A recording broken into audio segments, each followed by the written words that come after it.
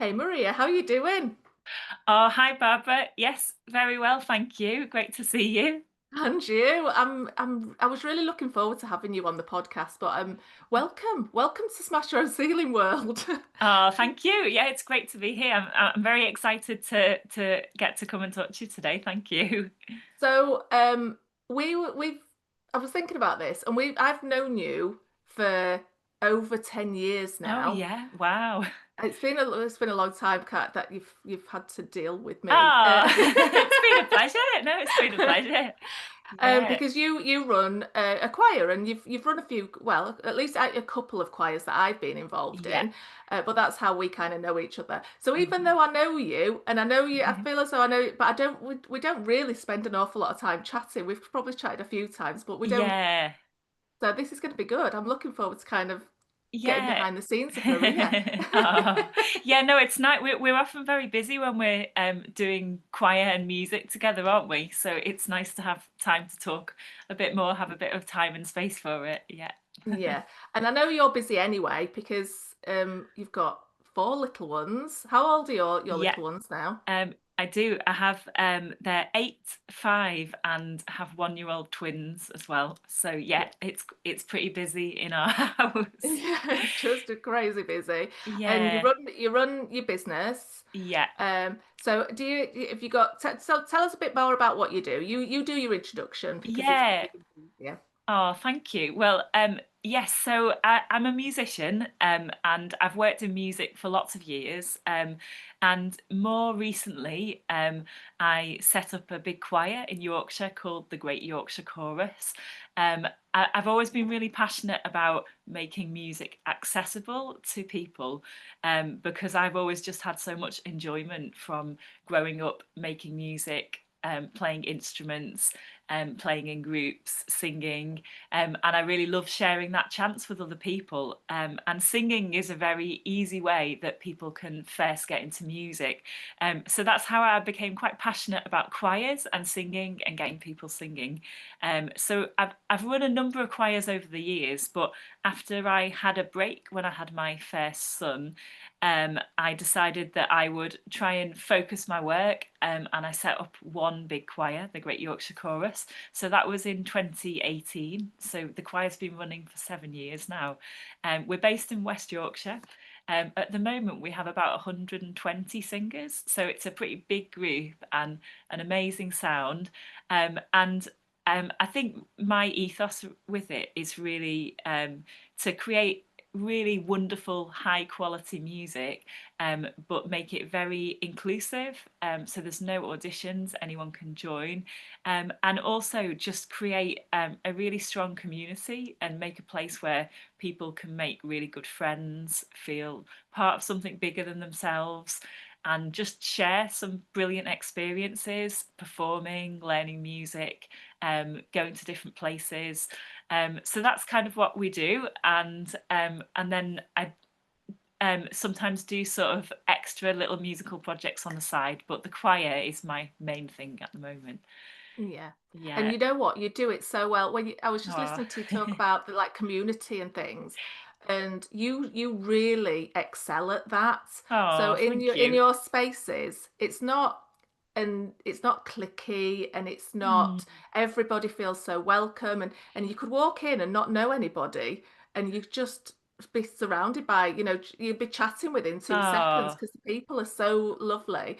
But that all stems from you. And oh, it's such a lovely place to be. oh, well, thank you. No, I think I'm always really happy when people feel that that's the case because yeah, I think it's really important. I think any group can easily be a bit daunting to join or a little bit cliquey, and actually, I think you do have to make some conscious effort to set the tone and set the culture and encourage that friendliness and support.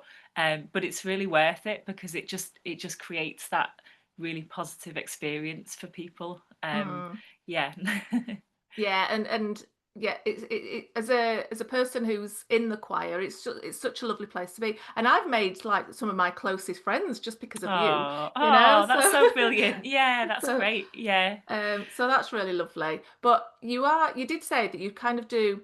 extra projects on the side. And whenever I see you're always busy doing something else, or you're either running or well, tell us some Yeah. of the other things that you're doing. Yeah, so I guess yeah, running is just a hobby for me. But I have enjoyed over, well, quite a few years getting into doing running as a hobby. I think I find it quite rewarding. I think obviously Mm, it's good for your health, but I think it's as good for your head as your physical health. I think for me, running where we live in West Yorkshire is a really beautiful part of the world. There's loads of amazing footpaths and hills. So I think if you run, it just gives you a chance to enjoy a bit more of the countryside because you can get mm. around it a little bit faster than if you walk. Um, Yeah. and so I do enjoy running. I think I sometimes do more of it than other times. A few years ago, I guess my biggest achievement in running is I did the London Marathon a few years ago.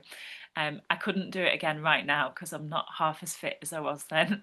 But I think I do like to just try new challenges really, and I think that for me was a whole new thing I'd never done. And I raised some money for the Alzheimer's Society, which was in memory of my granddad who passed away, and he had dementia. So it just felt like a good challenge and a meaningful good thing to do. And Mm. actually, what was lovely was a lot of the people in the choir really supported me with my fundraising for that. So it was nice to kind of tie together that challenge with all the people I know through my work as well. And my other big thing at the moment is I am currently developing a musical. A couple of years ago, I thought I wanted to really challenge myself and do something creative I'd never done before as a musician and do some writing and try and write a musical theatre piece. So I wrote a show that's called Salt, and it's about Titus Salt, who built Saltaire, a big factory and a village to go with the factory very close to where I live. So that's had a first workshop performance back at the end of 2023. It's had a little bit of a break while I had my twins, and I'm just starting to pick it up again now. So hopefully that a more finished version will come at some point, possibly next year. But yeah, I think it's just nice to have. I think if you're someone creative doing anything in music or the arts, I think it's nice to have things that really push your creativity, as well as like the more normal kind of day-to-day work that you do as well. So that's quite exciting. But yeah, a big challenge to work on. Yeah, and I remember when you said that you were going to do this, and you said, "Oh, you know what? I'm creating a musical," and it didn't shock me at all that you said it. It was like, "Oh, of course you are. Crack on." And there was Ah, absolutely no doubt in my mind that you were going to do it. And it didn't seem that long after that we saw your first performance, and it was yeah. ace, and it Oh, was thank so you. good. But what I want to know is, as a fellow mum and a business owner, how do you do it? How do you juggle it? How do you put it all in, fit it all in? Because it's Yeah. so incredible. I think in honesty, with great difficulty and a fair amount of chaos, I think yeah, I don't have all of that figured out at all, really. I think I guess I'm quite lucky in that I guess when you work for yourself, um, that is really challenging in some ways, but it does give you a lot more flexibility. And I guess when I started the choir after I'd had my first baby, I kind of wanted to create a structure where I could work part time, be able to earn quite a decent um, kind of amount from the hours that I was putting in, and then that I would have time with my son in the week. And then I'd have quite a lot of flexibility in my days about the work I need to do, about when it needs to be done. So I guess with the way my work works is we have like a weekly rehearsal with the choir, which is a big night and lots to organise, and that's quite full on and intensive. But then a lot of the other work I do is sort of to do with getting music ready, doing a bit of organisation behind the scenes, all the boring stuff like looking after the website and doing social media and thinking about marketing and planning concerts. Um, so I think often if you run your own business, you do become a bit of a jack of all trades and you do a lot of different things.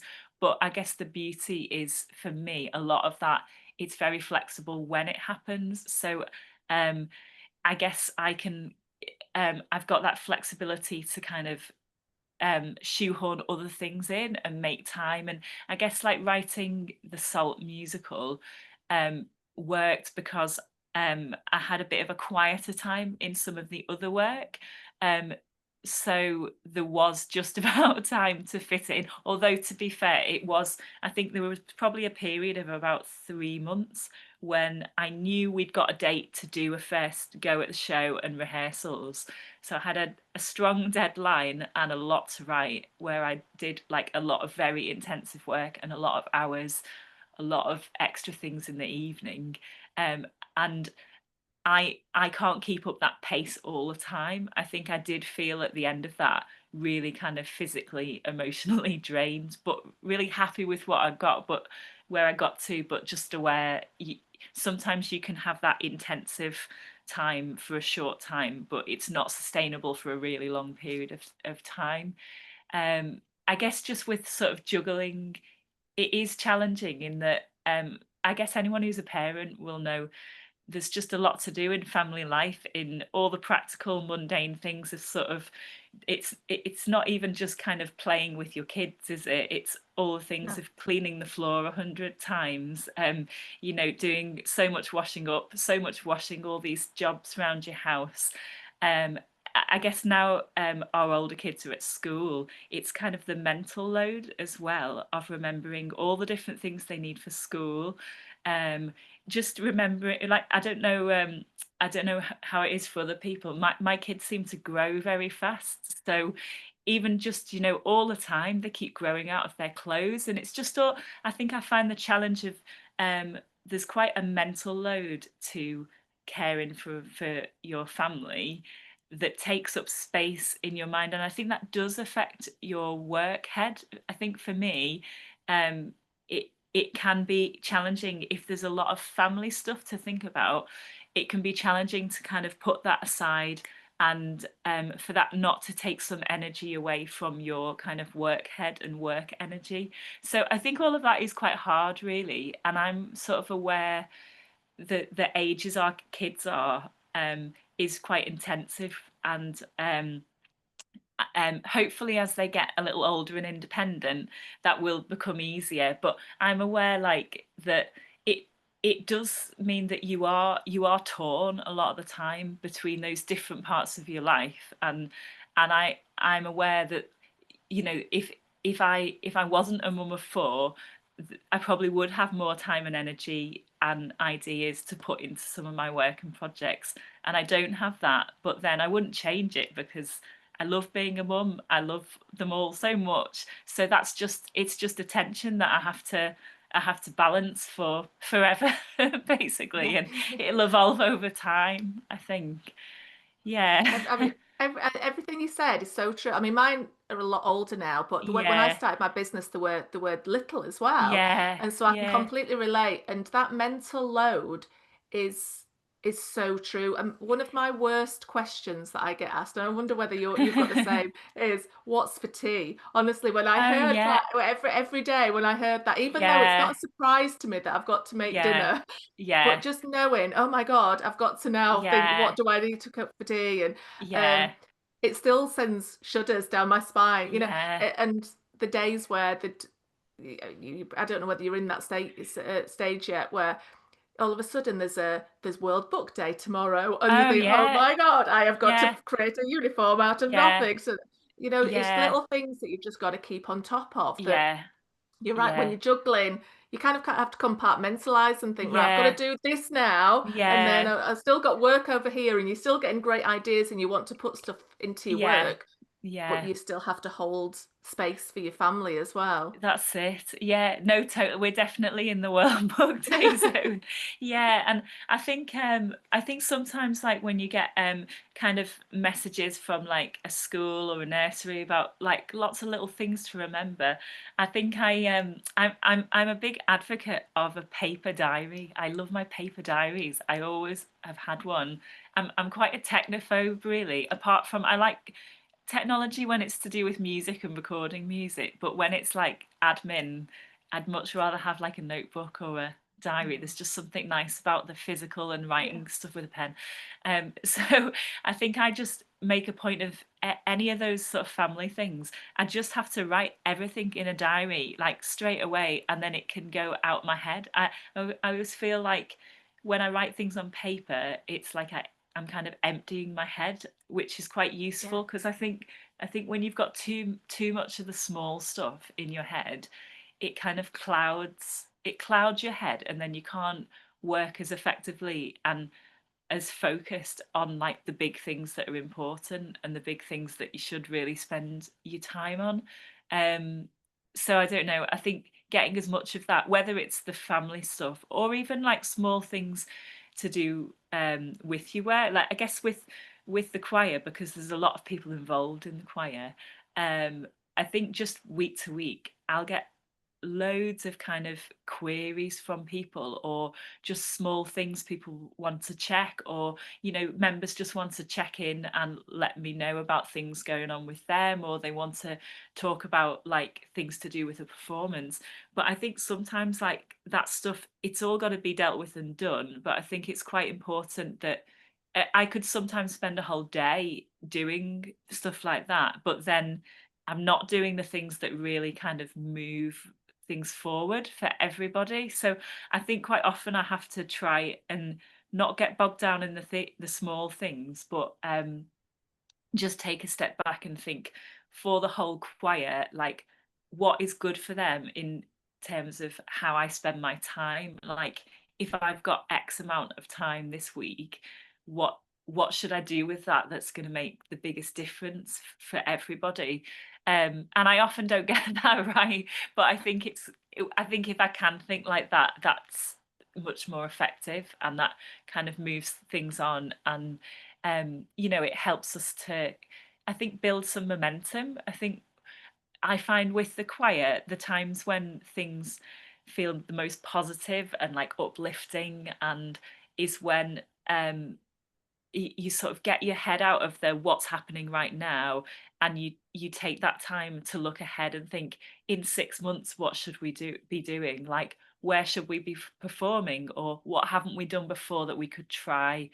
Are there other groups that we could try and do a joint event with? Like, let's look into that. Let's contact people. And I think when we have that kind of we kind of have things set out for the next 6 months, the next year, that definitely kind of builds momentum and excitement and confidence in the choir. So I think just having that slightly like longer term vision, and maybe for other people as well, in lots of different kinds of businesses, I guess you could think in that way as well, perhaps, because it is easy to get stuck in the day to day, what's urgent right now. But yeah.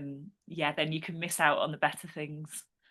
Yeah, and I look, yeah, what you've said is just about being strategic with your business, right? Yeah, yeah, So how do you find space to do that, or give yourself time to do that? Because so often, and people say this to me all the time, you get, as you've quite rightly said, you get sucked into the weeds of the day to yeah, day of the just the quick yeah, stuff, and before you know it, all you're doing is treading water and keeping things going, yeah. but you're not moving it forward.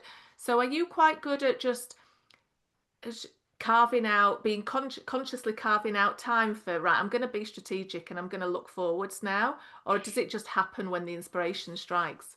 Um, a bit of both, but I think it's better when you carve the time out. Or I think there's, I'm sure lots of people will have heard about this little analogy before, but just the whole idea of if you have if you've got a jar and you've got different size stones, you've got big stones, medium stones, and small stones. If you put all the small ones in and the medium ones, then the big ones don't fit in at the end. But you put the big ones in first and the small ones in last, and then you get everything in. And I guess it's that kind of analogy of, um, you know, put the big things in first and the small stuff will probably happen, or most of it will happen, or the most urgent bits will happen. Yeah. So I think sometimes for me, I might not feel like I have, because I guess because I'm working part time around family, time is really tight. But I think sometimes I might think, well, I can't spend half a day or a whole day planning something for next year. But I could take an hour. I could take an hour at the start of this day when, I probably work best in the morning. I feel a bit fresher, my mind's a bit brighter. So, in that good part of the day, I'm going to take an hour and I'm going to look at those things. And then I'll get on with all that small stuff that needs to happen as well. And I think for me, that works quite well because sometimes we can think that strategic planning and thinking takes a long time. But I think it doesn't always take as long as you think because I find things to do with my work, I'm actually always thinking about it quite a lot at the back of my mind. I think if I've got kind of ideas of things I want to try, then it's often sort of like bubbling away in my mind while I'm doing other things, or while I'm on the walk to go to school and pick my kids up, or if I'm in the shops getting the food shopping. If I've got something like on my mind as a new thing to try, I'm often like thinking about it off and on. So when it's sort of technically work time, I find you don't always need tons of time to kind of consolidate that, write it out, put it in a plan because it's already kind of there a little bit. Um, Mm. so yeah, I think that's kind of how I would do it.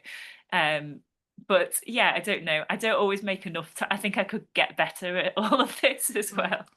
But it's working in the right way for you, and that's the best way because it sounds as though you're Yeah. just percolating all the time. And I do the same, when I'm Yeah. walking the dog or I'm just driving the car. Things Yeah. are always mulling around in the Yeah. back of your mind. Yeah, that's it. Yeah. Yeah. And what do you do then? Because you have some you have big ideas, and that's another thing that I love about you. So it's not Mm. everybody that'd go, oh, I'm just going to write a musical, or I'm going to do, run Yeah. a London Marathon, or whatever it might be, or I'm not Yeah. going to start a really big choir. Yeah. What do you do? Do you just give yourself permission to dream big and think big, or do you just just think, right, whatever Yeah. comes along is fine? I think it I think it's to do with being okay with failing. Um, Mm. and yeah, I mean, I guess a big part of life for me is I'm a Christian, and my faith is a really key part of who I am, and has been really important to me since I was quite young. So that kind of shapes how I view the world and view myself and like my purpose and my place in the world, and also kind of um where your value as a person comes from. And um I guess really my faith makes me feel like, you know it's good to it's good to do something positive in your life. It's good to bring something good to other people, to think about others and basically, try and serve other people in a good way with whatever you're good at. Like, so for me, I'm good at music, so I know like I can use that to bring some good into the world and bring some good to other people. Um, that's a good way for me to spend my time. And I think thinking, what can I do with the gifts and the skills I have where I am now, that maybe there might not be anyone else who's exactly in the same place with the same skills who can do that. So, if I can do that positive thing here and now, that's a good thing for me to do. Like that's of good value, and um, I'm putting something good into the world. I think also as well, like as a Christian, I'd believe that, I'm made by God and I'm loved by God, and that's unchangeable. Regardless of whatever else happens to me in life, that I'm loved and valuable. So it doesn't matter if I do something practical and fail or succeed, it's not really going to change who I am. Um, I think, for a lot of people, I think if they have a different kind of outlook, I think it's easy for your value as a person to get very tied up in what you do, and thinking like, if I can achieve this, like I will be worth something. If I'm able to do something impressive, people will see me as valuable. Um, but I think that's really difficult, because then it means, well, if you try something and you fail, does that mean you're not really worth much, or you're Yeah. not important, or you're not special, you're not valuable, you're not loved? And actually, like, that's a quite a scary place to try things. But I think when for me, I think having that kind of foundation of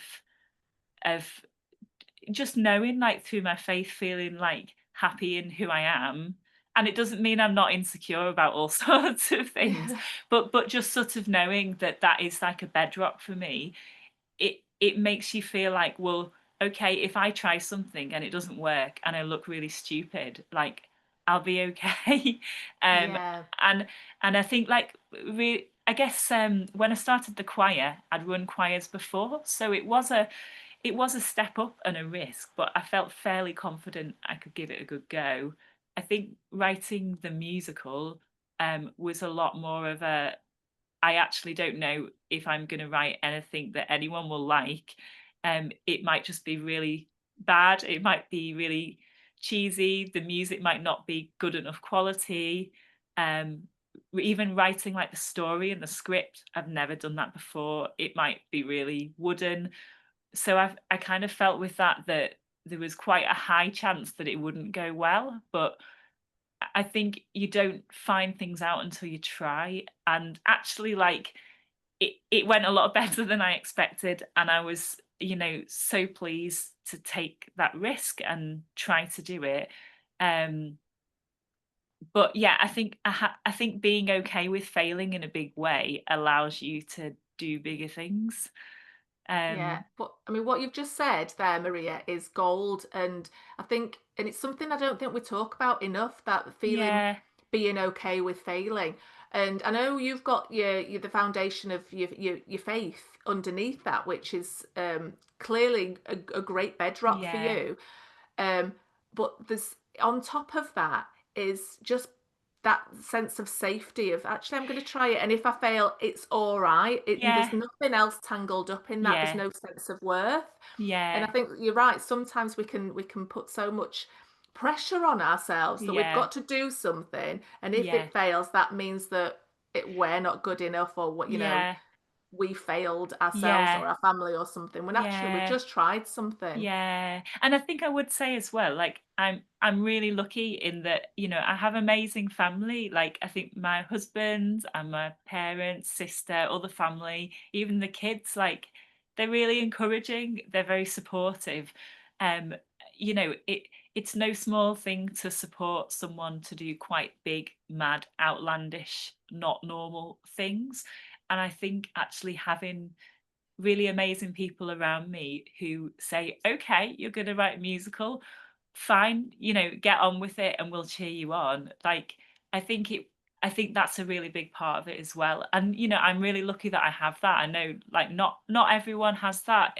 I think it makes a really big difference. I think it's harder to do big things if those close people around you are kind of not on your side. So I think having that really, really helps you. It kind of, yeah, that, like, they're gonna love you whatever whatever Whatever. happens, whether it goes really great or you totally mess up and, slightly humiliate yourself. So that makes a big difference as well. Yeah. It really, really does. And I'm thinking of all the times that I've tried something big, Yeah.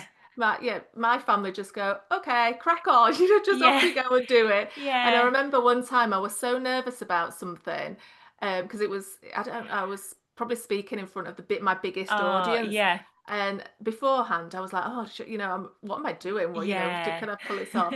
And I remember my getting texts from my kids and my husband and Oh, Dave and saying, "You're still going to live in the same house. You're going to be all right. You yeah. say Yeah. it's not going That's to change it. anything. You're still going to Yeah. come home. We're still going to be here." And Yeah. having, but even if you don't have that support, it's about finding your cheerleaders, isn't it? Yeah. So it can Yeah. come from all sorts of Yeah, places. definitely. Yeah. It's Yeah. finding your community. Yeah. So you did mention, and I'm kind of just gonna zone in on something that you said. You did Mm. mention you do have your insecurities. So what are the things that pop up for you? Oh, loads of things. Yeah, I don't know. I think just generally feeling like, are you are you up to what you're trying to do? Yeah, I don't know. I guess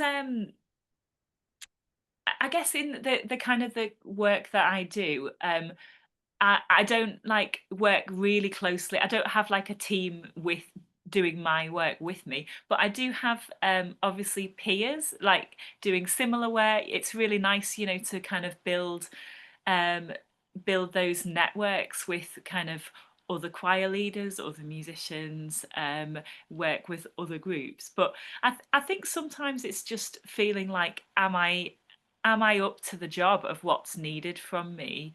And if I'm not, like, will everything go pear shaped? I guess it's basically just imposter syndrome, and I think I probably used to find that more so a few years ago when I had a bit less experience. I think building experience definitely builds your confidence and makes you feel like, um, it's good for me to be in this space. Like, I am skilled enough and experienced enough to be here.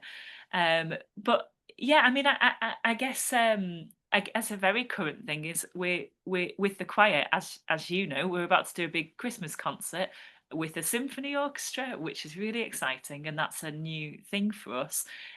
So part of this concert, I'm going to be conducting the choir and the orchestra together. And I have conducted instrumental groups before, but not for a while and not quite as big as a symphony orchestra. So that's one of those moments where you think, um, it's useful if I do this because it's helpful to the choir for them to have their normal conductor. But actually, like, can I do this? Am I kidding myself? It's quite a complicated skill to conduct a full orchestra plus choir. That's going to be sort of um, about 160 odd people performing together. It's a lot to kind of Wow. hold together. Um, and that's just that moment where you can think, like, that's quite a lot of pressure. If I make a mistake, actually the entire thing could fall apart. Um, and I think you just have to take a step back and think, actually, I am really experienced. This is a good challenge for me.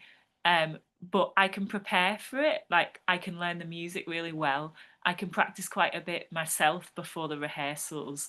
Um, you know, it's not beyond me. It's a new challenge, and I think that's sometimes you've just got to see stuff differently, haven't you? That not that that's too much for me and I shouldn't be here. And what if someone finds out I'm not good enough for this? But I guess having like a positive framing of it, that this is a really good development opportunity for me. Like, this will help my singers if I can be the one leading this. That will be positive for them. And once I've done this once, then it won't be so scary if I did it again. Um, so yeah, I think another thing for me is, I'm naturally an introvert, even though I sort of stand in front of a big group of people. Um, I'm very much an introvert in that I like time by myself. I find that um, really refreshing, and I think I've always found I'm not sort of someone who naturally finds it energizing meeting new people or going into new situations. But the kind of work I do, sometimes you need to do that to get to know new people, to, make new opportunities for the choir. Um, so I think I've sort of found that sometimes you have to kind of almost like put a different face on to do those things. to make it work. So if I go to sort of, a new place and a room full of people I've never met, but I need, for a business purpose, I need to make those connections, give that good impression for the choir. I know, like, I can do it, but it's not really me. Yeah. If it was me going to a party, I'd probably just sit in the corner of a room and watch everyone and have a quiet drink. So things like that, that's just, I guess, the way I'm wired. It will always be a bit of a challenge, but I think you have to kind of practice. Um, yeah, for your weaker or it's not a weakness, it's just a sort of a personality way that you are. Sometimes you need to be able to work around that to achieve what you need to achieve. I completely relate to everything you said because I'm an introvert as well. And loads of Uh, people say to me, "Oh no, you're such an extrovert." I'm yeah, not. That's a learned skill, and yeah, it's like just my work hat that I put yeah, on. yeah. Um, so um, And it's for a it's like purpose, it's for a isn't it? purpose, and it doesn't come naturally to me. It's something that I've had to learn over the Yeah, years. yeah, But yeah, I kind of re-energize myself when I'm on my own and I'm yeah, doing solo activities. yeah, So I completely understand. But I love what you said about reframing your new challenges because they're not your words where it's not beyond me, it's just something new, yeah, and that's the key, isn't it? It's to know that yeah. it's not something that you can't do, it's just something you've got to practice now. Yeah, yeah, yeah.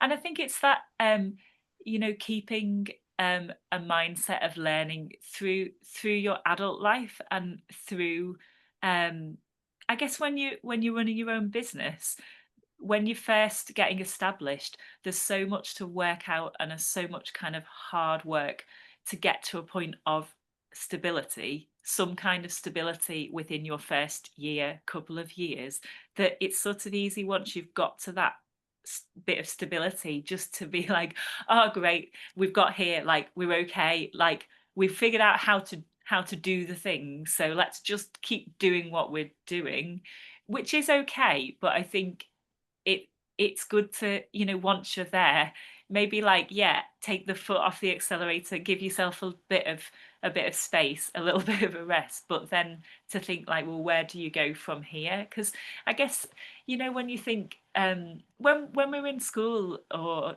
like college or university, you think like a year is a really long time. Yeah. And like it's not at all. And actually, like as adults, like we have decades, for most of us, we have decades of a working life. And I think, if you it gets very boring if you just do the same thing for Yeah. years and years, doesn't it? But actually, like, there's a massive opportunity to do new things and grow and develop your work. And I think um I enjoy like exploring new things and yeah, I think it just kind of it keeps you more excited about your work. I think if you just do the same things over and over, I think it's easy to get a bit bored. Um, so yeah, I don't know. Growth and new challenges is good for everyone, really. I completely agree. It's injecting that little bit of excitement and Yeah, yeah, newness, just invigorating everything, isn't yeah, it? yeah, And that's important because you're right. If you think about this year, we don't know where it's gone. It's just like gone in a flash, isn't yeah, it? But yeah, if you're constantly thinking, just and repeating the same things over and over again, you can get stale. So it is yeah. about looking for new challenge. And what I love about you, Maria, is that you're just open to it. Hmm. So you're open to thinking bigger and differently. Right, Oh, and I'm conscious that we've been chatting for a while, and I oh, could talk to yeah. you all day. Yeah. So where can people get hold of you? I think the best place is if you look up the choir. So that's greatyorkshireChorus.co.uk. If anyone enjoys singing and lives in West Yorkshire, we're always very open to new people coming along and trying the choir out. Or you can come and see some of our concerts. So yeah, there's lots of info about what I do on the choir website. Amazing. Thank you, Maria, so much. I Oh, really, thank you. really enjoyed chatting to you. Oh, it's been lovely. Thank you. All right.